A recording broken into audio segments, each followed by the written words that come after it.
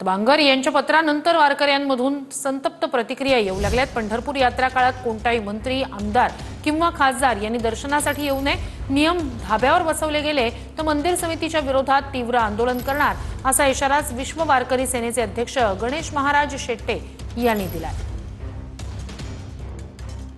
पण एकतर व्हीआयपीची व्याख्या ठरवावी की आपण कोणाला सोडणार आहात।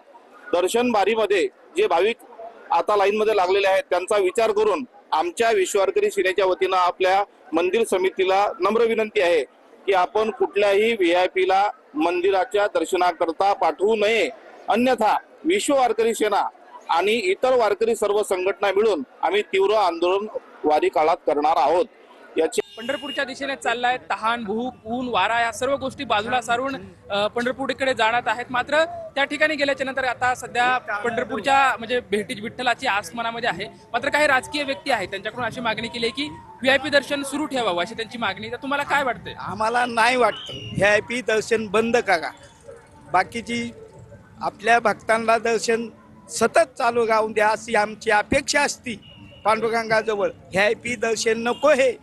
परभणी, जालना, नांदेड, उस्मानाबाद एवढ्या लांबून महाराष्ट्रातून सर्वजण येतात, बाहेरच्या देशातून येतात, राज्यातून येतात।